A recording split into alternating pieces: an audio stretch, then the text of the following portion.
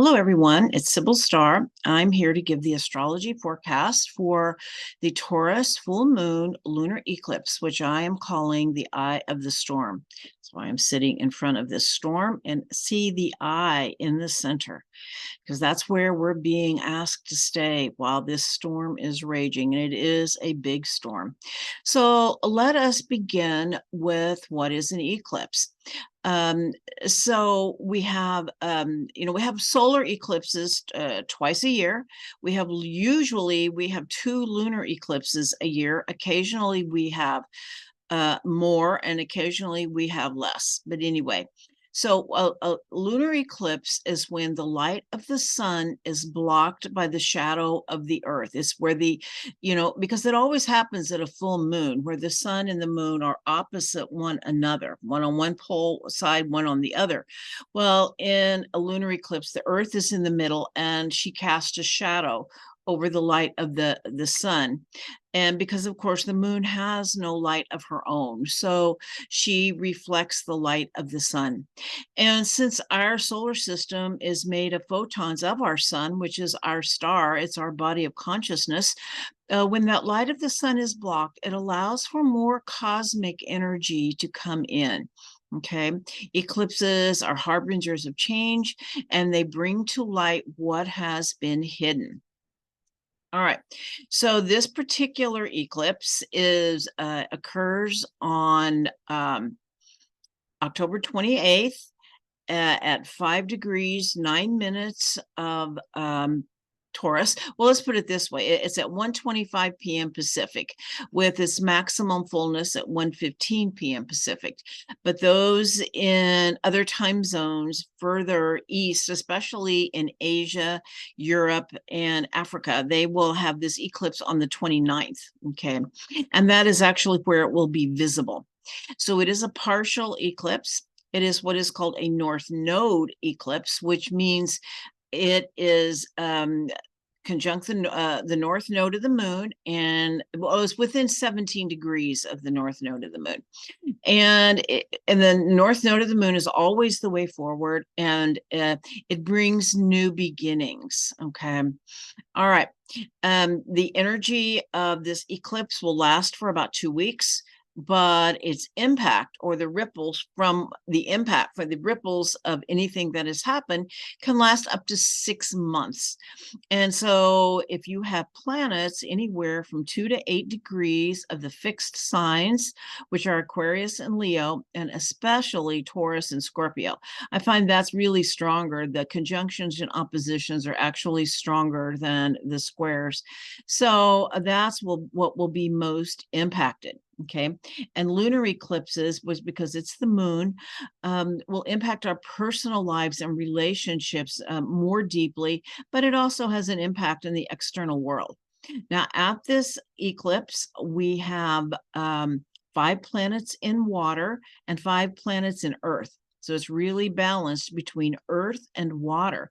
And of course, water represents the emotional body, our feelings, whereas, earth represents the physical world. And so I feel, and our bodies.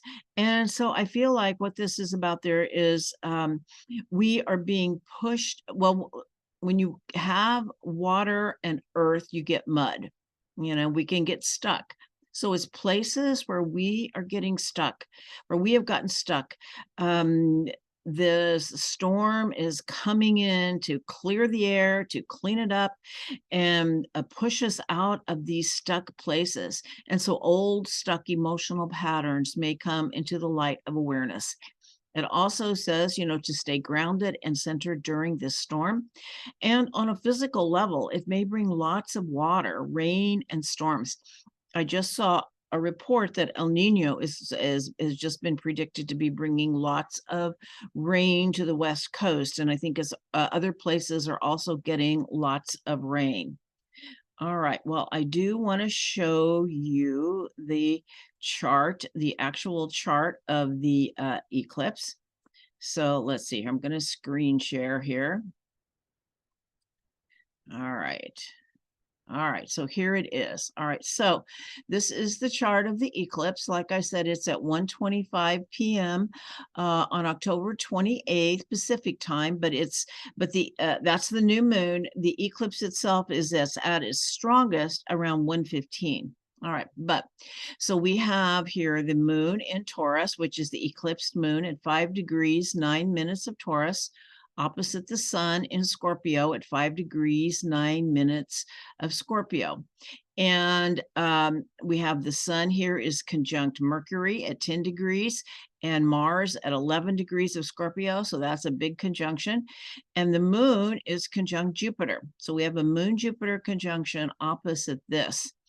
What we also have is that Venus is the ruler of this eclipse here in Taurus, and she's in I would say, a wide grand trine here with Pluto at basically 28 degrees of Capricorn, trine Uranus at 21 degrees of Taurus, and then it comes back. So this makes a grand trine here. But then it also makes a kite because Venus is then opposite Neptune. So we actually have a kite formation. We have a grand, see if my cursor is a little off here.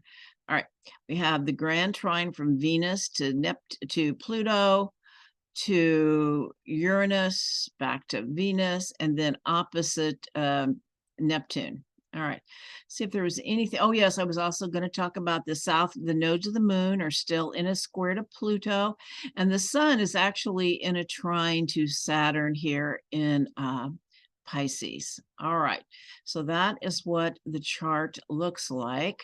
So let us talk about what that actually means. Okay, so anyway, well, first off, I do want to say as well, the sun is conjunct the point called the Shapley Attractor. It's at 2 degrees, I believe, something like 39 minutes of Scorpio right now, and it's got a very wide orb of 10 degrees. So this is about a 3-degree orb or less, more like a 2.5-degree orb.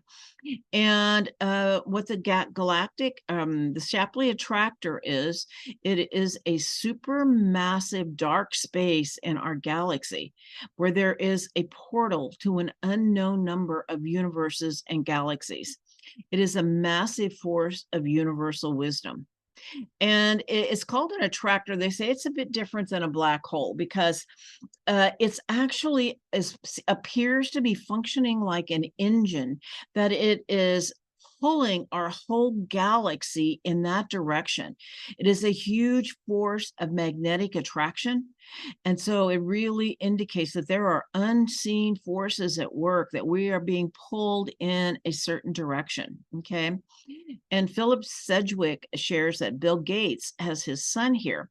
And of course, he brought us into a new age of computers. I know many others were as well, but he has kind of been the face of it, of taking us in that direction.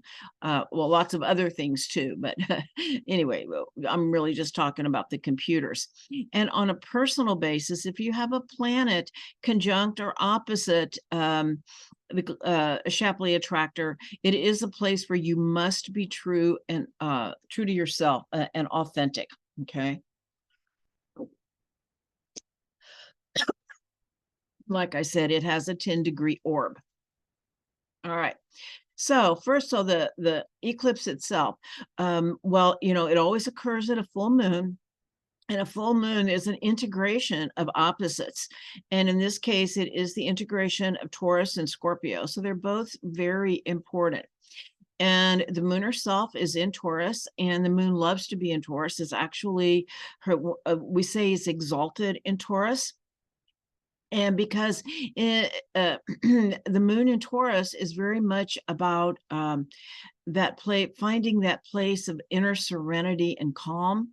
Taurus is about the simplicity of nature. Now, Taurus also brings is related to finances and what we value.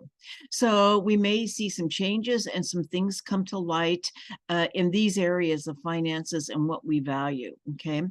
But really going back to I believe the main message of this is about the serenity and inner calm that the moon in Taurus is about.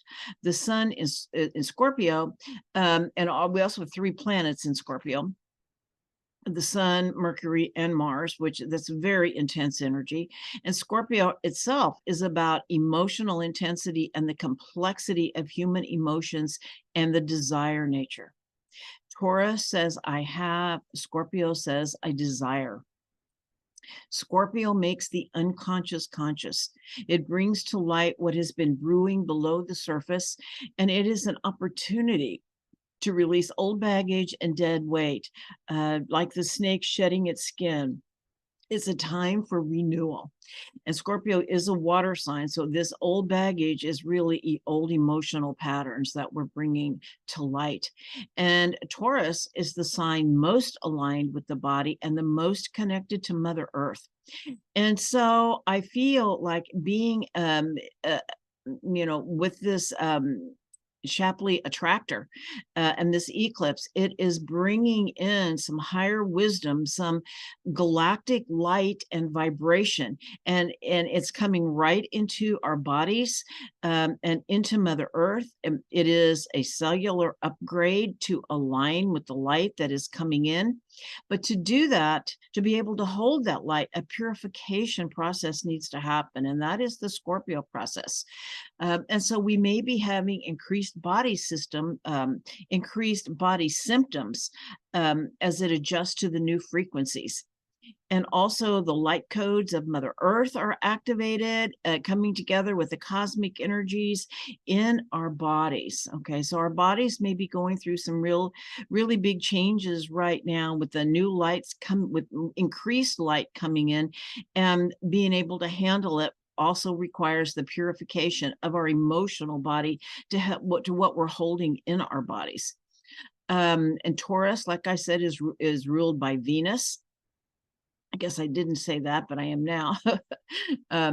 And Taurus and Venus are both very much about being calm and that inner serenity, that inner tranquility. And Taurus especially is very much about being rooted like the tree with the storm swirling around it. The tree is stabilized in there and with his roots going deep into the ground, and is not moved by the storm, except for any dead material, debris that does need to be removed. The storm will do that.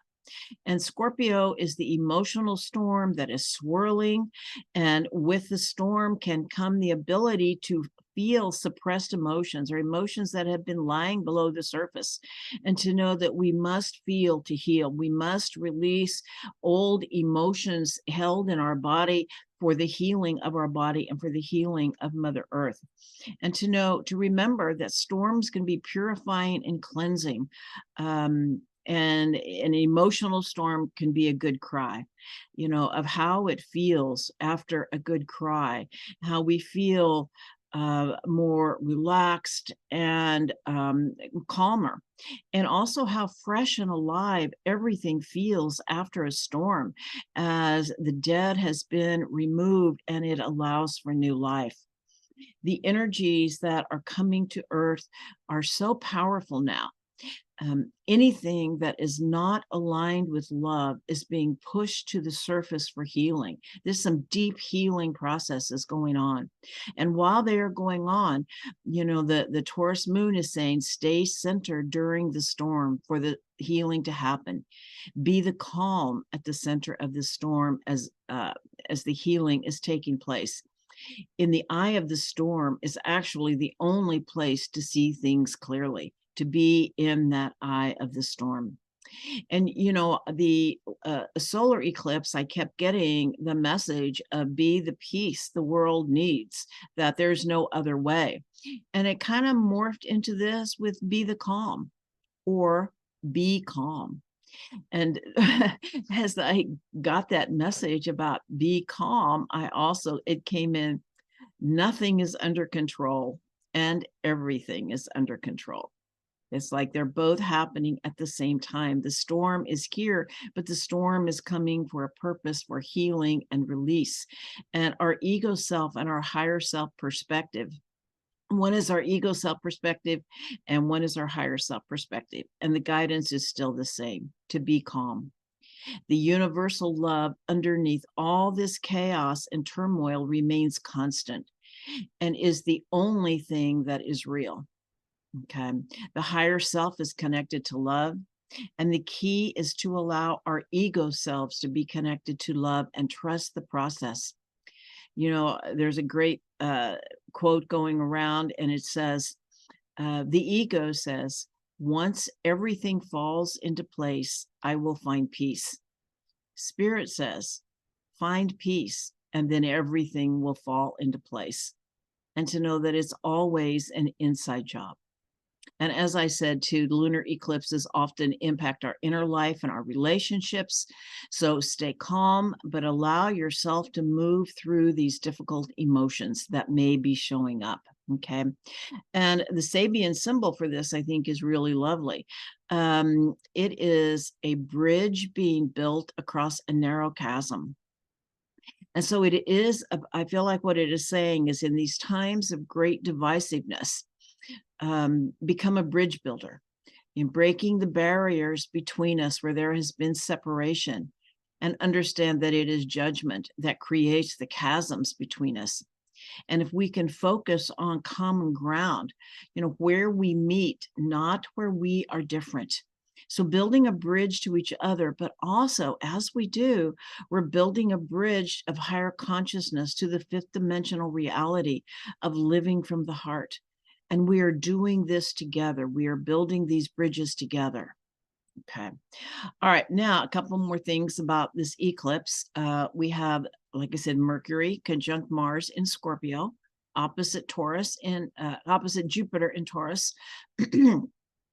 And so, of course, Mercury is God of the mind, how we communicate and our perception of the world. Mars is the warrior and the one who takes action.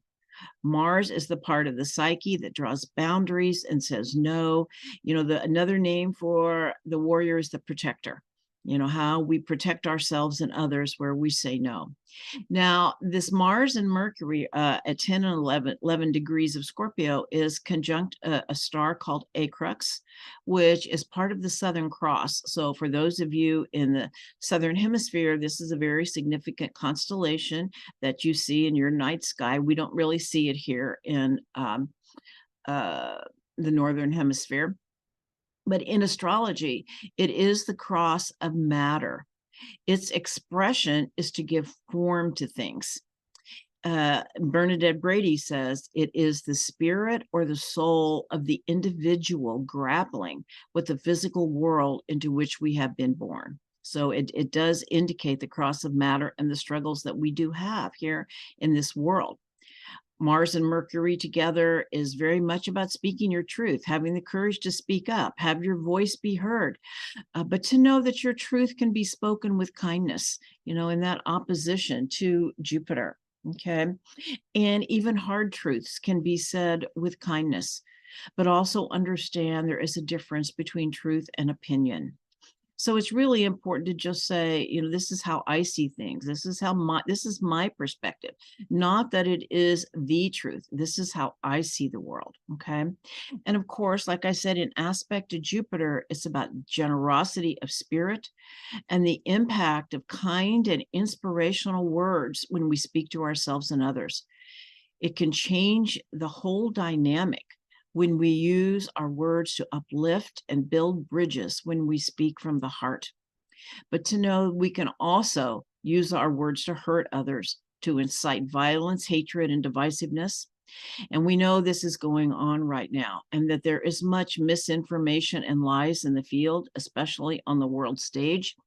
You know, Scorpio is known for manipulation. I mean, let's put it this way, that's the shadow side. And we want to speak to our higher angels in Scorpio, which is about passion and truth and authenticity, our truth and authenticity. Okay. And I'm just going to say it appears to me that there is an agenda for increased conflict and war.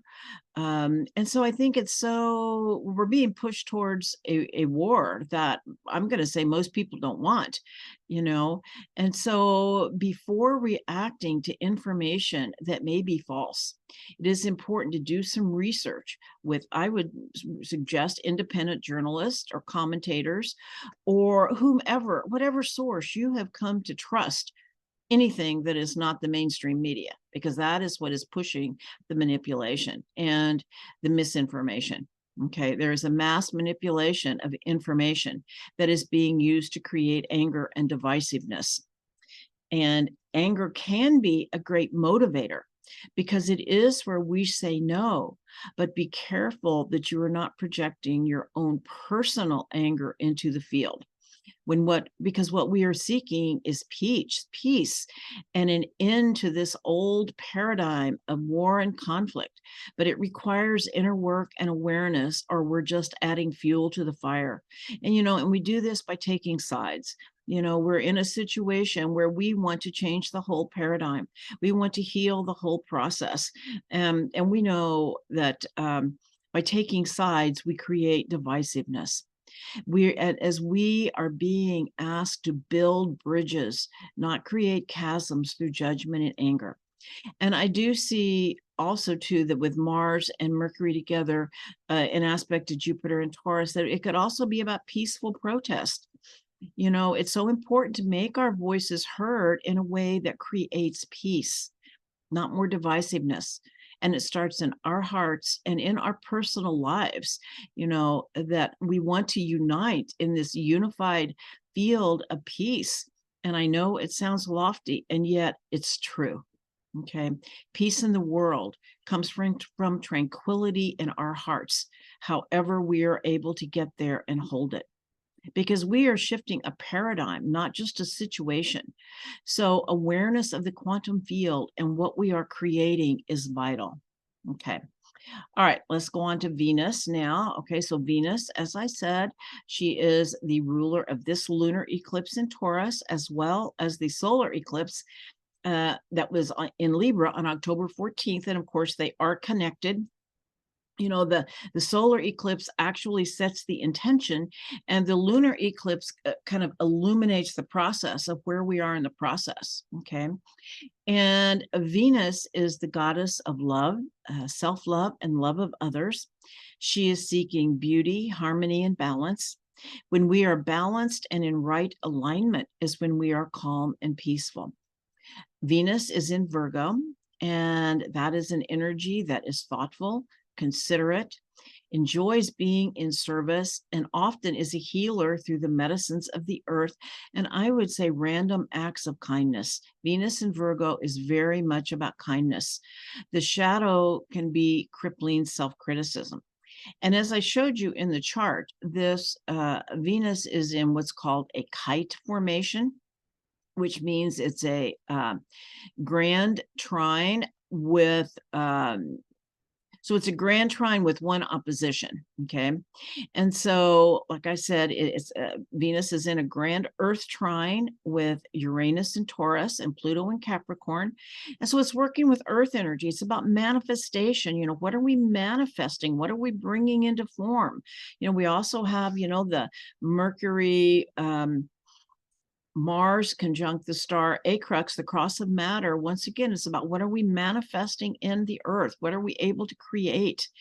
And I feel like another meaning of the grand trine in earth signs, it's about being present in your body to be able to do the healing that is necessary on the physical realm. It's really about really being present in our body during this time, and a good look at the reality of a situation. And we might get some very good direction on how to move forward. And of course, some surprises are in store with Uranus involved. So don't be surprised with any sudden twists and turns that show up on your path. And as I said, Venus is opposite Neptune, and that is what makes the kite. And they say, Neptune is the higher octave of Venus. It is when human love becomes divine love.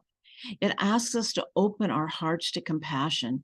You know, that is the expression of divine love, is compassion, as many people are suffering now. Okay.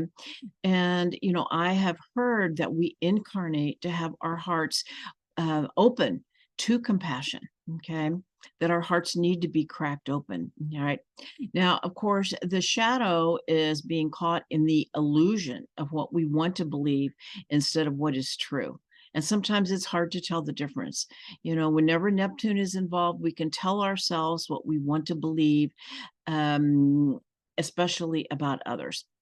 And one more thing about Neptune is Neptune also brings in the element of surrender, surrendering to the flow of your own life.